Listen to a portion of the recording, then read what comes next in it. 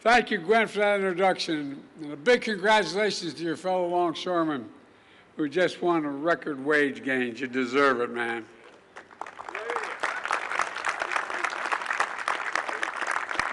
You know, I'm called the most pro-union president in history. It's not hard, man. It's a simple proposition. Middle class built this country, and unions built the middle class. Period. I mean it. You sacrificed so much to keep America's ports open, especially during the pandemic. You deserve a strong contract. I also want to thank Governor Moore.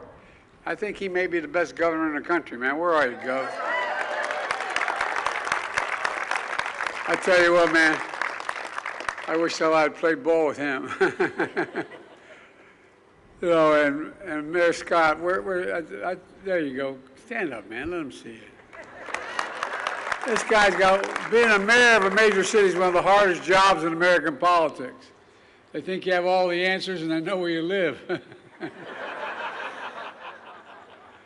And Johnny O, county exec, where are you, Johnny? There you are.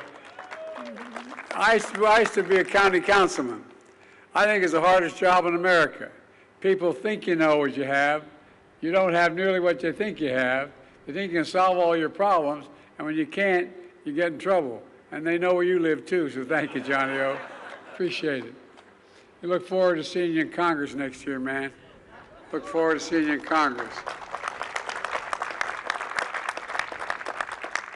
And Senator Ben Cardin, Senator Chris Von Halen. What the hell's his name? He's new. Chris and I have been doing this for so many years now, it's getting old. Or at least I'm getting old. Chris isn't getting old. And Ben, we're going to miss you in the Senate. We're going to miss you in the Senate. I want to thank Congressman Mufumi and Ruppersberger and Sarbanes. But, you know, every time I see Sarbanes, he seems about a foot taller. I don't know, man. Work his dad taught me that I better understand and learn. I better learn Greek or I'm going to be in trouble. And my good friend, and he is a good friend, we've shared a lot together, Steny Hoyer. Steny, thanks for all you've done, pal. And from my cabinet EPA director, Michael Regan. You know, last spring in the dead of night, that massive container ship crashed into Key Bridge. Within seconds, steel beams crumbled into the harbor like toothpicks. 30,000 people lost their daily route to work, to school, and to home. 20,000 port-related paychecks became at risk. 6 construction workers were killed in the process. All were Marylanders, hard-working, strong, and selfless. I met with their families, as many of you did, and I vowed to them we'd never forget the contributions these men made to this city. And we do everything possible to reopen this port as fast as it possibly could be. I'm proud to say, with all the folks sitting assembled here and the union assembled here, you did just that. The Port of Baltimore is back open for business. I want to thank the Coast Guard, the Navy, the Army Corps of Engineers, helped remove 50,000 tons of concrete and steel wreckage. 50,000 tons. Some thought the Mississippi Channel would be blocked for 6 months or more, but you cleared it in 78 days. 78 days. On top of this, my administration provided $60 million in federal funding for response and recovery, offered grants to displaced port workers to get paid to help with the cleanup, and teamed up with businesses to keep auto and farmer shipments moving. Result, 8,000 workers back on the job. Over 100,000 tons of cargo pass through this port again on a daily basis. But as I promised last spring, we won't stop until the new bridge is finished completely. Finished.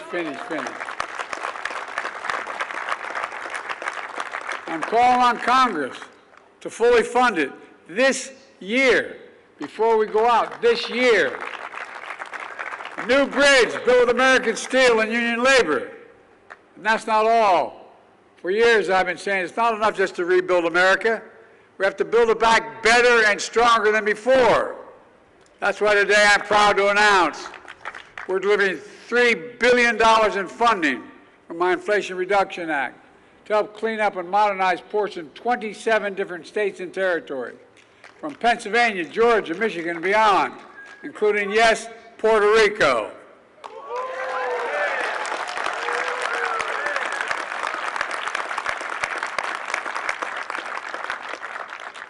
I'd like to take that guy for a swim out there. Anyway.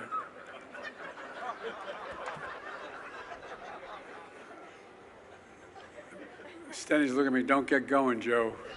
Don't get going, Joe. Slow up. But this also includes a $447 million for the Port of Baltimore to upgrade its cargo equipment, infrastructure, and power grid. Folks, ports are the linchpin to America's supply chain. They keep goods moving, keep the economy strong. They employ over 100,000 union workers, from Teamsters to longshoremen. But for too long, they've run on fossil fuels and aging infrastructure, putting workers at risk and exposing nearby communities to dangerous pollution. Studies show more childhood asthma, lung disease, and heart disease and cancer in folks who live close to ports. This is about environmental justice. I asked Gloria, who you heard from earlier, or any of the neighbors in Turner Station, or across the water in Curtis City, communities too long left behind. Simply wrong. The new $3 billion funding we're delivering today will help ports and communities all across America. It will cut ports' opening costs, strengthen supply chains, make America businesses more competitive, and keep consumer prices down while slashing carbon pollution, and support an estimated 40,000 new good-paying jobs at the port in clean energy manufacturing all across America. In fact, the funding for this port is estimated to create 2,000 new jobs. Jobs for longshoremen, iron workers, engineers, electricians, utility workers, steel workers, laborers, and so much more. Good-paying union jobs you can raise a family on. A lot of colleagues agree. We're making sure all new port equipment funded by the Clean Ports program will be operated and maintained by people, not by robots, which are going to protect those jobs far into the future. Folks, this is just a small part of what we call Investing in America agenda. To invest in America and all Americans. It's working. Just look at how far we've come from the crisis we inherited from my predecessor. Example, my American Rescue Plan, which not a single Republican voted for, I might add, although there's conversions, delivering immediate economic relief to those who need it most and got us through the pandemic. The bipartisan infrastructure law is one of the most significant laws ever written to modernize our roads, our bridges, our ports, our airports, help replace every poisonous lead pipe in America, and bring affordable high-speed internet to every household. My predecessor promised Infrastructure Week every week for 4 years, but he never built a damn thing. Our CHIPS and Science Act, also bringing semiconductor and advanced manufacturing back home where it belongs, where it started. And through the Inflation Reduction Act, we made the largest investment ever in history to fight climate change and accelerate clean energy, which is the way my predecessor said, by the way, he'd repeal it if elected. Folks, a lot at stake here. We're all investing in America agenda, and because of what we did, remember how we were going to go into depression and all that stuff? Guess what? We got the strongest economy in the world, the whole damn world. And in America, our Invest in America agenda has already attracted $1 trillion in private sector investment. $1 trillion in clean energy, high-tech factories, and so much more. Here's what it means for Maryland. So far, in this state alone, it provides $13 billion for nearly 1,000 infrastructure, energy, and manufacturing projects. It matters. For example, look at Baltimore and the Potomac Tunnel. It's 150 years old. I've walked through that. I used to commute every day back and forth from Wilmington to Washington. I walked through it. It's leaking. It needs to be replaced. It's badly needed. And thanks to the bipartisan infrastructure law, it finally is being replaced. When the project is done, it will shorten commute time significantly, increase safety, and in the process will create 20,000 new construction jobs. And that's just one example of the investment.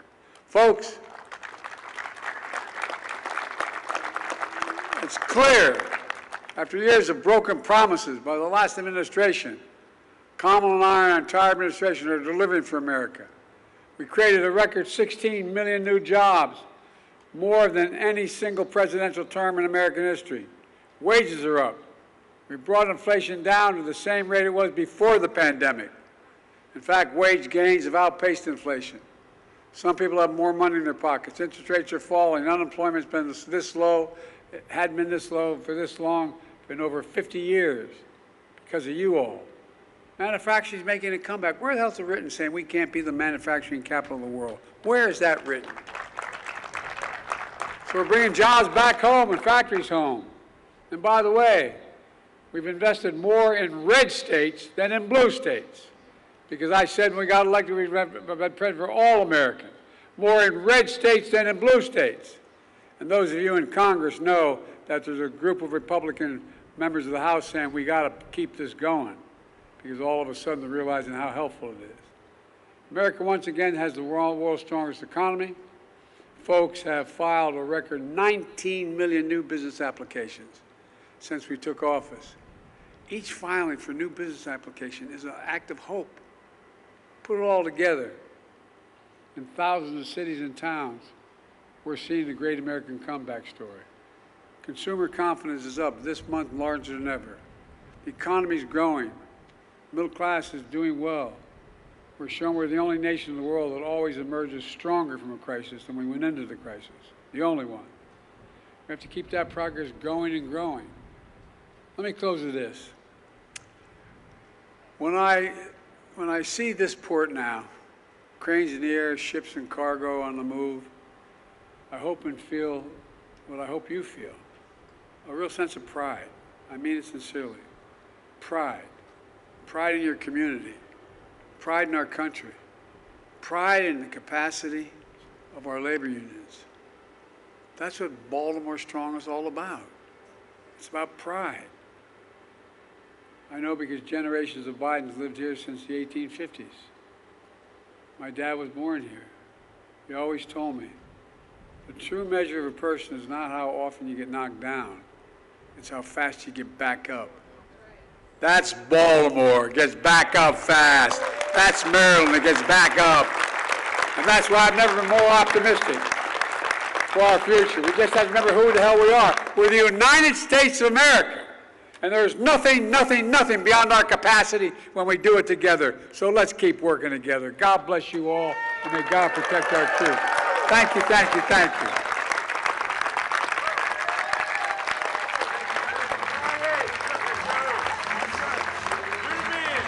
Thank you. Thanks.